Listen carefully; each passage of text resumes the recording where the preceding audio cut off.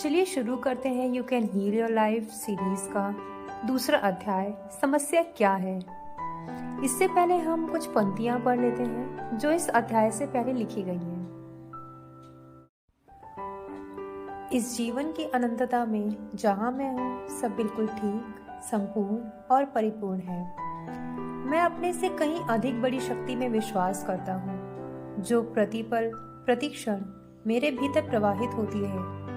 मैं खुद को अंतर्ज्ञान के लिए खोल देता हूँ, ये जानते हुए कि इस ब्रह्मांड में केवल एक बुद्धि स्रोत है।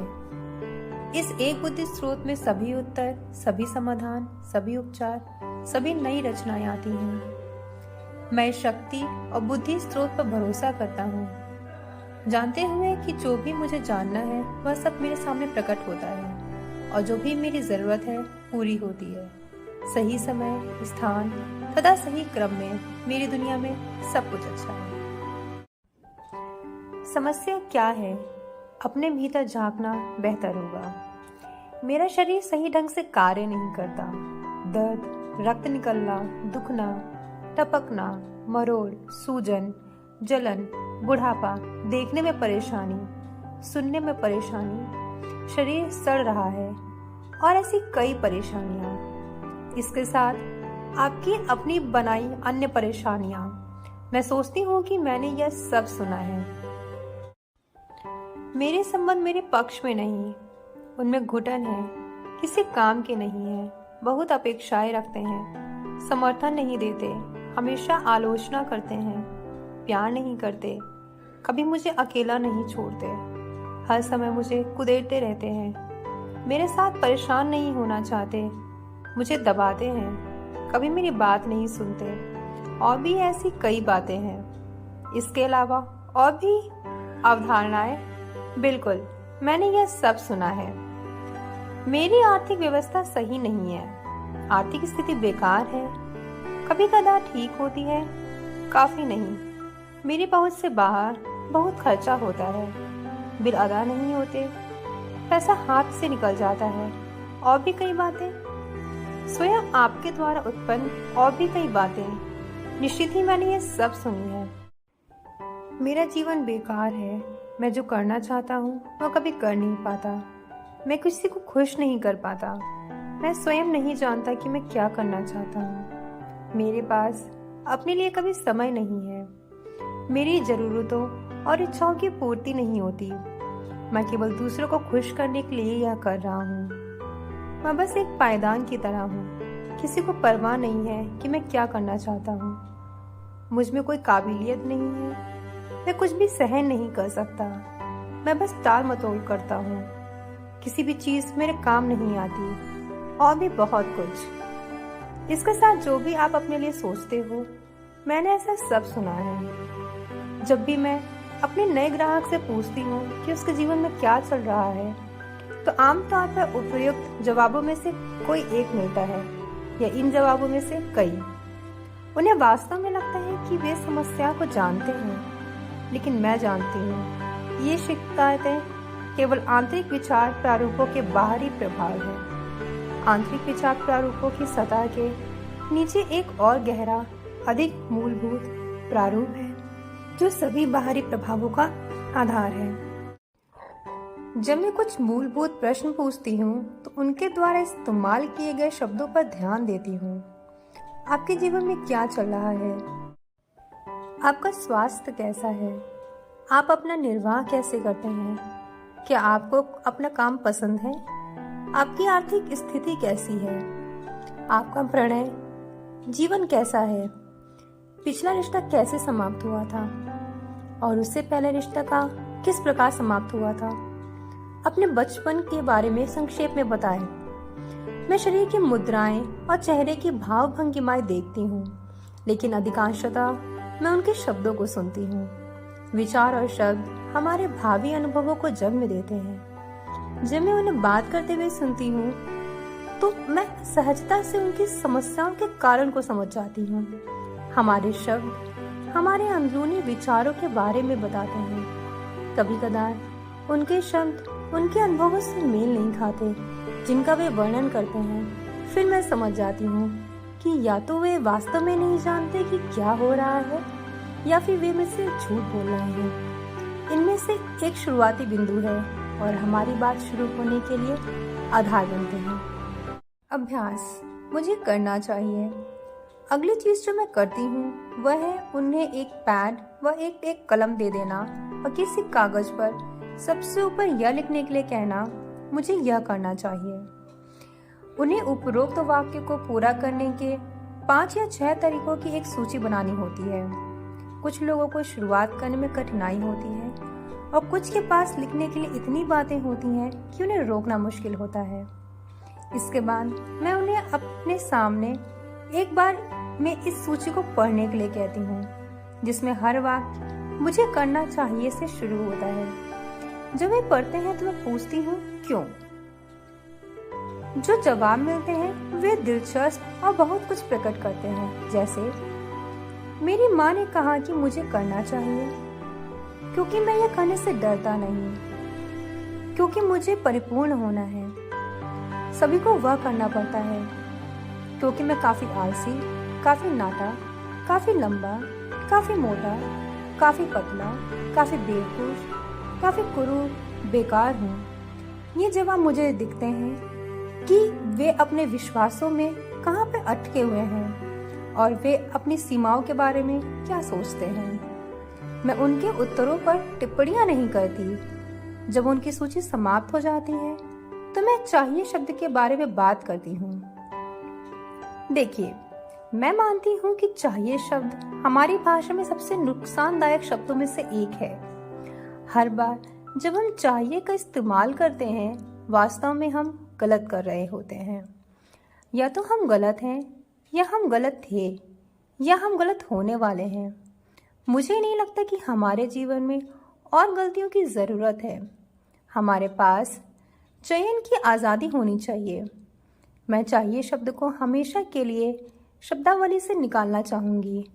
मैं उसके स्थान पर सकता हूँ रखना चाहूँगी। सकता हूँ हमें आज़ादी देता है और हम कभी गलत नहीं होते। इसके बाद मैं उन्हें इस सूची को फिर से एक बार पढ़ने के लिए कहती हूँ, मगर इस बार हर वाक्य को यदि मैं चाहता तो मैं कर सकता से शुरू करने के लिए कहती हूँ। यह इस विषय पर एक नई रोशनी डालता है। जब वे ऐसा करते हैं तो मैं सौम्यता से उनसे पूछती हूँ, आपने ऐसा क्यों नहीं किया? अब अलग अलग उत्तर मिलते हैं।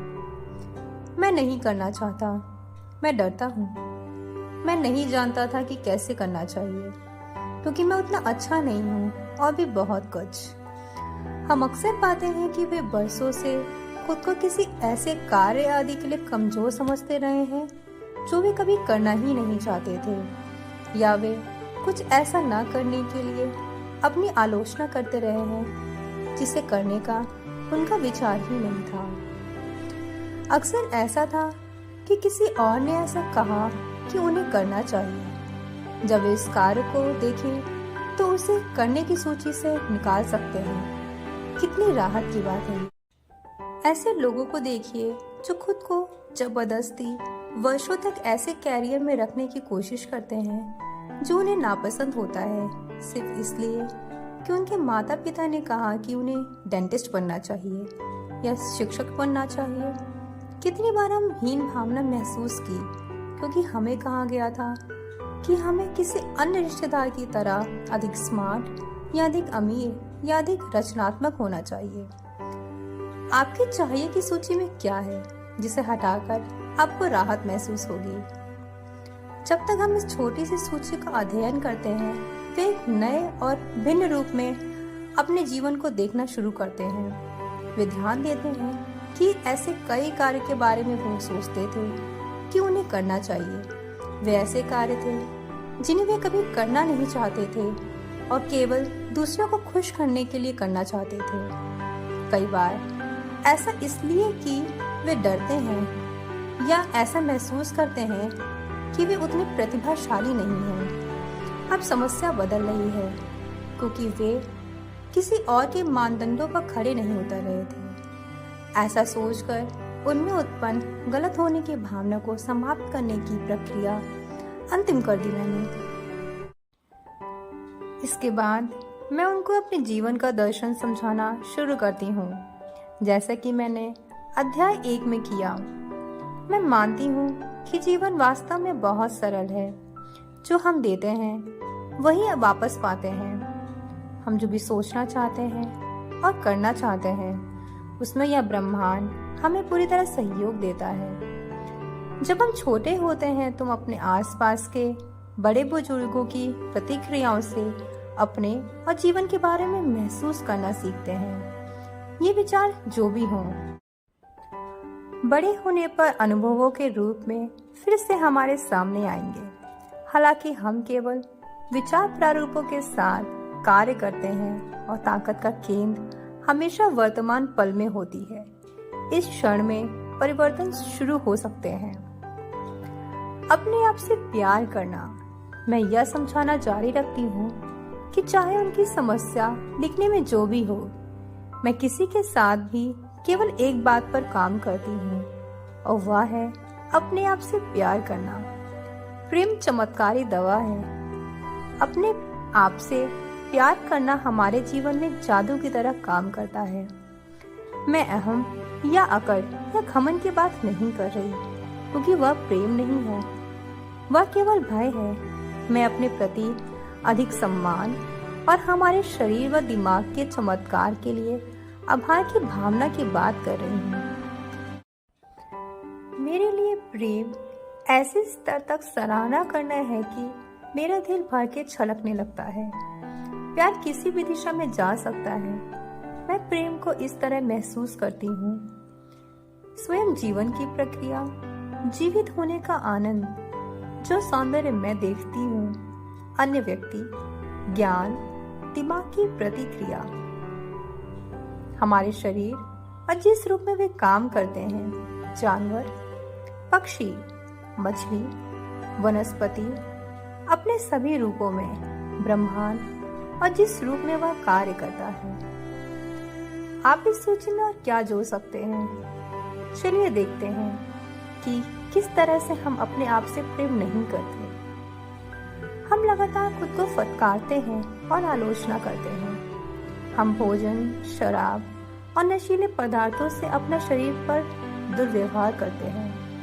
हम मान लेते हैं कि हम प्रेम के योग्य नहीं हैं। हम अपनी सेवाओं के लिए एक सम्मानजनक मूल्य नहीं मांगते। मूल्य मांगने से डरते हैं। हम अपने शरीर में बीमारियां और पीड़ा उत्पन्न करते हैं। हम ऐसी चीजों को टालते हैं जिनसे हमें लाभ हो सकता है। हम अव्यवस्था में रहते हैं। हम ऋण और बोझ अपने ऊपर ले लेते हैं। हम ऐसे प्रेमियों और साथियों को आकर्षित करते हैं जो हमारी अवहेलना करते हैं। आपके तरीके क्या हैं? यदि हम किसी भी रूप में अपने लिए अच्छी बातें नकारते हैं, तो यह खुद से प्रेम ना करने का एक तरीका है। मुझे अपनी एक ग्राहक याद है जो चश्मा पहनती थी। एक दिन हमने उसके बचपन का एक पुराना डर निकाला। अगले दिन जब वह सोकर उठी तो उसे लगा कि उसने अपने कॉन्टैक्ट लेंस पहनकर परेशानी हो रही है। उसके आसपास देखा तो उसने पाया कि नजरें बिल्कुल साफ थीं। फिर भी वह पूरा दिन कहती रही, मुझे विश्वास नहीं हो रहा, मुझे विश्वास नहीं हो रहा। अगले दिन उसने फिर से कॉन्टैक्ट लेंस पहन लिया। हमारे अवचेतन दिमाग में विनोद की कोई भावना नहीं होती। उसे यकीन नहीं हुआ कि उसने अपनी आंखों को पूरी तरह ठीक कर लिया है। आत्मशक्ति का अभाव भी खुद से प्रेम ना करने का एक और भाव है। टॉम एक बहुत अच्छा कलाकार था। उसके पास कुछ अमीर ग्राहक थे जिन्होंने उसे अपने घरों की एक दो दीवारें सजाने को कहा। फिर भी वह अपने ही सही बिल पेश करने में बहुत पीछे था। उसके द्वारा पेश किए गए मूल्य, रेट कभी काम को पूरा करने में लगे समय की सही कीमत नहीं थे। जो भी व्यक्ति कोई अलग सेवा प्रदान करता है या एक अद्वितीय उत्पाद का सृजन करता है, वह कोई भी मूल्य मांग सकता है। पैसे वाले लोग अपने लिए किए गए काम के लिए अच्छा भुगतान करना पसंद करते हैं। वह उनके उत्पाद को और मूल्यवान बनाता है। कुछ और उदाहरण। हमारा साथी थका हुआ और चिड़चिड़ा रहता है। हम हैरान हैं कि हमने ऐसा क्या गलत किया है। वह हमें 1 या 2 बार बाहर ले जाता है और फिर दोबारा फोन नहीं करता। हमें लगता है कि हमारे रिश्ते में कुछ तो गलत है। हमारी शादी खत्म हो गई है और निश्चित रूप से हम विफल हो गए हैं। हम वेतन वृद्धि के लिए कहने से डरते हैं। हमारा शरीर जेंटलमैन्स क्वार्टरली और लोक नामक पत्रिका में प्रकाशित लोगों से नहीं मिलती और हम हीन भावना से ग्रस्त हैं। हम बिक्री नहीं कर पाते या हासिल नहीं कर पाते और हमें यकीन है कि हम लायक नहीं हैं। हम अंतर्गतता और किसी के पास बहुत कुछ आने से डरते हैं। इसलिए हम अनाम यौन संबंध स्थापित करते हैं। हम निर्णय नहीं ले सकते क्योंकि हमें यकीन है कि वे गलत होंगे। आप अपनी आत्मशक्ति के अभाव की अभिव्यक्ति किस प्रकार करेंगे? शिशुओं की संपूर्णता। जब आप एक नन्हे शिशु थे तो आप कितने संपूर्ण थे। शिशुओं को संपूर्ण बनने के लिए कुछ नहीं करना पड़ता। वे पहले से संपूर्ण होते हैं और वे ऐसा करते हैं मानो वे सब जानते हैं। वे जानते हैं कि ब्रह्मांड का केंद्र बिंदु हैं वे अपनी मनपसंद की चीज़ें मांगने से डरते नहीं। वे अपनी भावनाओं को खुलकर अभिव्यक्त करते हैं। आपको पता है, जब कोई शिशु क्रोधित होता है तो वह वास्तव में पूरे पड़ोस को पता चल जाता है। आप समझ जाते हैं। जब शिशु खुश होते हैं, उनकी मुस्कुराहट कमरे को भर देती है। वे प्रेम से ओतप्रोत होते हैं। नन्हे शिशु को यदि प्रेम न मिले तो वे जीवित नहीं रह सकते। जब हम बड़े हो जाते हैं तो हम प्रेम के बिना रहना सीख लेते हैं, किंतु शिशु इससे समझौता नहीं करते। शिशु अपने शरीर के हर एक अंग को प्यार करते हैं, यहाँ तक कि अपने मल को भी। उनमें अविश्वसनीय साहस होता है। आप वैसे थे, हम सभी वैसे थे। फिर हमने अपने आसपास के बड़े बुजुर्गों की बात सुनना शुरू की जो डरना सीख चुके थे, और हमने अपनी ही प्रतिभा को नकारना शुरू कर दिया। जब ग्राहक मुझे विश्वास दिलाने की कोशिश करते हैं कि वे कितने बुरे हैं या प्रेम करने योग्य नहीं हैं, तो मैं कभी उन पर विश्वास नहीं करती। मेरा काम उन्हें इस दौर से वापस लाना है जब वे जानते थे कि अपने आप को किस तरह प्यार करना है। अभ्यास। दर्पण। इसके बाद मैं ग्राहकों को एक छोटा दर्पण उठाने, अपनी आंखों में देखने और अपना नाम करते हुए या बोलने को कहती हूँ, मैं तुम्हें उसी रूप में प्यार और स्वीकार करता हूँ जैसे तुम हो। यह कई लोगों के लिए बहुत कठिन होता है। इस अभ्यास से आनंद उठाने की बात तो दूर, मुझे शायद ही कभी इसके लिए सुखद प्रतिक्रिया मिलती है। कुछ रोते हैं या उनकी आंखों में पानी आता है, कुछ रुष्ट हो जाते हैं, कुछ अपने गुणों या विशेषताओं को महत्व नहीं देते, कुछ जोर देकर कहते हैं कि वे ऐसा नहीं कर सकते। एक व्यक्ति ने तो कमरे में दर्पण को फेंक कर भाग जाना चाहा। उसे दर्पण में अपने आप से बात करना शुरू करने में काफी महीने लग गए। वर्षों तक मैं दर्पण केवल उसमें दिखने वाले दृश्य की आलोचना करने के लिए देखती रही। अपने आप को स्वीकार बनाने के लिए अपनी बाहों को तराशते हुए बिताए गए अंतहीन घंटों को याद करके अब मैं चकित हो जाती हूँ। मुझे स्वयं याद है कि मुझे स्वयं अपनी आंखों में देखने में डर लगता था। यह सरल अभ्यास मुझे बहुत कुछ सिखाता है। 1 घंटे से भी कम समय में मैं बाहरी समस्या के नीचे मौजूद कुछ मुख्य मुद्दों तक पहुंचने में सफल हो जाती हूँ। यदि हम केवल समस्या के स्तर पर काम कर रहे हैं तो हम हर बारीकी पर काम करने में बहुत सारा समय लगा सकते हैं, और जिस पल हमें लगता है कि हमने सब ठीक कर लिया है, वह कहीं और उभर जाता है। दिखने वाली समस्या शायद ही असली समस्या होती है। बात एक ग्राहक की है। वह अपने रूप को लेकर काफ़ी सोचती थी, खासकर अपने दांतों को लेकर। वह एक डेंटिस्ट से दूसरे डेंटिस्ट के पास घूमती रही और महसूस करती रही कि हर किसी ने उसके चेहरे को और भद्दा बना दिया है। उसने अपनी नाक ठीक कराई, पर डॉक्टरों ने ठीक से यह काम नहीं किया। हर व्यक्ति उसके इस विचार को प्रतिबिंबित कर रहा था कि वह बदसूरत है। उसकी समस्या उसका रूप नहीं था, बल्कि उसका यह विश्वास था कि उसके साथ कुछ गड़बड़ है। एक और महिला थी जिसकी सांस में दुर्गंध थी। उसके आसपास रहना असहज था। वह मंत्री बनने के लिए पढ़ाई कर रही थी और उसका बाहरी व्यवहार पवित्र और आध्यात्मिक था। उसके नीचे दबे हुए गुस्से और ईर्ष्या की एक लहर थी, जो तब बाहर आती थी जब उसे ऐसा लगता था कि कोई उसके पद के लिए खतरा बन सकता है। उसके अंदरूनी विचार उसकी सांसों से अभिव्यक्त होते थे और स्नेहहीन होने का दिखावा करते समय भी वह आक्रामक होती थी। उसे और किसी से नहीं, बल्कि खुद से खतरा था। वह सिर्फ 15 वर्ष का था जब उसकी माँ उसे मेरे पास लाई। उसे हॉजकिंस बीमारी, यकृत बढ़ने का एक रोग था और उसके पास सिर्फ 3 महीने थे। उसकी माँ स्वाभाविक रूप से बहुत परेशान थी और उससे बात करना मुश्किल था, लेकिन वह लड़का बुद्धिमान और चतुर था और उसके जीवित रहना की चाहत थी। वह मेरी हर बात मानने को तैयार था, जिसमें उसके सोचने और बोलने का तरीका बदलना भी शामिल था। उसके माता पिता अलग हो चुके थे और हमेशा बहस करते थे। उसके पास वाकई एक व्यवस्थित घरेलू जीवन नहीं था। वह अभिनेता बनने की बहुत चाहत रखता था। प्रसिद्धि और किस्मत की चाह में खुशी अनुभव करने की उसकी क्षमता दब गई थी। उसे लगता था वह तभी स्वीकार्य महत्वपूर्ण बन सकता है जब उसके पास प्रसिद्धि हो। मैंने उसे खुद से प्यार और अपने आप को स्वीकार करना सिखाया और वह स्वस्थ हो गया।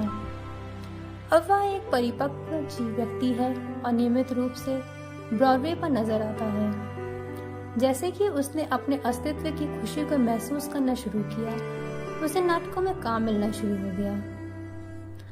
अधिक वजन एक और अच्छा उदाहरण है कि किस प्रकार हम एक ऐसे समस्या को सुधारने में बहुत सी ऊर्जा व्यर्थ करते हैं जो असली समस्या नहीं है। लोग अक्सर मोटापे से लड़ते हुए वर्षों गुजार देते हैं, फिर भी मोटे होते हैं। वे अपनी सभी समस्याओं को वजन से जोड़कर देखते हैं। अधिक वजन एक गहरी अंदरूनी समस्या का केवल एक बाहरी प्रभाव है। मेरे लिए वह समस्या हमेशा डर और सुरक्षा की आवश्यकता है। जब हम डरे हुए या असुरक्षित या पर्याप्त रूप से अच्छे नहीं महसूस करते, तो हम में से कई सुरक्षा के लिए अतिरिक्त वजन एकत्रित कर लेते हैं। अधिक भारी होने के लिए अपने आप को कम आंकने में अपना समय बिताना, भोजन का वह हर ग्रास जो हम खाते हैं उसके लिए अपराध बोध महसूस करना, वजन बढ़ने पर अपने आप को कोसना केवल समय की बर्बादी है। 20 वर्षों बाद भी हम इसी स्थिति में हो सकते हैं क्योंकि हमने असली समस्या से निपटना शुरू नहीं किया। हमने बस यह किया है कि हमने अपने आप को अधिक भयभीत और सुरक्षित बनाया है। फिर हमें सुरक्षा के लिए अधिक वजन की जरूरत पड़ती है। इसलिए मैं अधिक वजन या डाइट पर ध्यान देने से इनकार कर देती हूँ, क्योंकि डाइटिंग काम नहीं करती। एकमात्र डाइट जो काम करती है वह है मानसिक डाइट, नकारात्मक विचारों से दूर रहना। मैं ग्राहकों से कहती हूँ, चलिए उस मुद्दे को कुछ समय के लिए एक ओर रख देते हैं और पहले कुछ अन्य बातों पर काम करते हैं। वे अक्सर मुझे बताते हैं कि वह अपने आप से प्यार नहीं कर सकते क्योंकि वे इतने मोटे हैं, या जैसे कि एक लड़की ने कहा, किनारों पर अधिक गोल है। मैं उसे समझाती हूँ कि वे मोटे इसलिए हैं क्योंकि वे खुद से प्यार नहीं करते। जब हम अपने आप से प्रेम और स्वयं को स्वीकार करते हैं तो हमारे शरीर से आश्चर्यजनक रूप से वजन कम होता है। कभी कभी ग्राहक मुझसे नाराज हो जाते हैं जब मैं समझाती हूँ कि अपना जीवन बदलना उनके लिए कितना आसान है। वे शायद ऐसा महसूस करते हैं कि मैं उनकी समस्या को समझ नहीं पाती। एक महिला बहुत निराश हो गई और बोली, मैं यहाँ लेखन कार्य के लिए मदद के लिए आई थी, उससे प्यार करना सीखने नहीं। मेरे लिए यह समझना मुश्किल नहीं था कि उसकी मुख्य समस्या अपने आप से नफरत करना थी और यह उसके जीवन में प्रत्येक अंग में, यहाँ तक कि उसके लेखन में भी व्याप्त हो गई है और किसी भी चीज में सफलता नहीं प्राप्त कर सकती थी जब तक वे अपने आप को इतना अयोग्य महसूस करती। उसने मेरी बात नहीं सुनी और रोती हुई चली गई। फिर 1 वर्ष बाद उसी समस्या के साथ और भी बहुत समस्याएं लेकर आई। कुछ लोग तैयार नहीं होते और निर्णय नहीं कर पाते।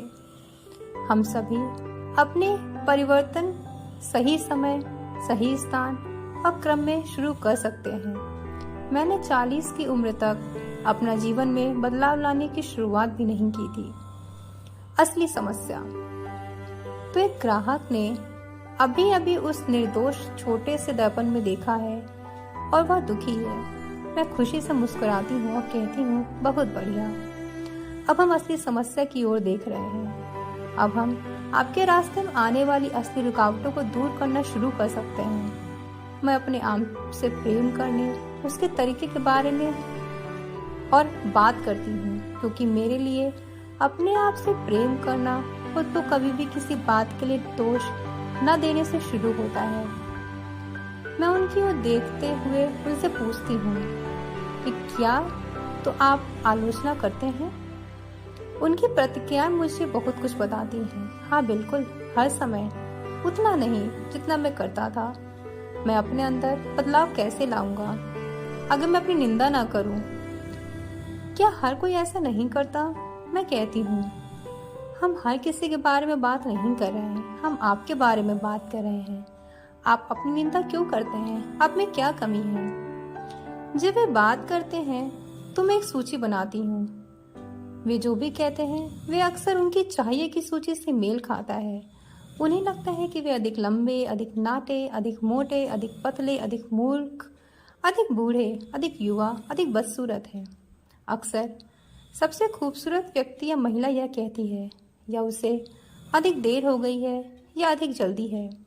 वे अधिक आलसी हैं और ऐसी ही कई बातें। ध्यान दीजिए कि लगभग हमेशा सब कुछ अधिक होता है। अंत में हम समस्या के आधार पर पहुंचते हैं और वे कहते हैं, मैं उतना बेहतर नहीं हूँ। वाह वाह, आखिरकार हमने असली समस्या को खोज लिया है। वे अपनी आलोचना करते हैं क्योंकि उन्होंने ये मान लिया है कि वे उतने अच्छे नहीं हैं। ग्राहक हमेशा चकित होते हैं कि हम कितनी जल्दी इस मुद्दे पर पहुंच गए। अब हम किसी दुष्प्रभाव, साइड इफेक्ट जैसे शारीरिक समस्याओं, रिश्तों की समस्याओं, पैसों की समस्याओं या रचनात्मक के अभाव के बारे में परेशान होने की जरूरत नहीं। हम अपनी सारी ऊर्जा, सारी समस्याओं की जड़ अपने आप को प्यार ना करने के समाधान में लगा सकते हैं। तो ये था you can heal your life Hindi series का दूसरा अध्याय।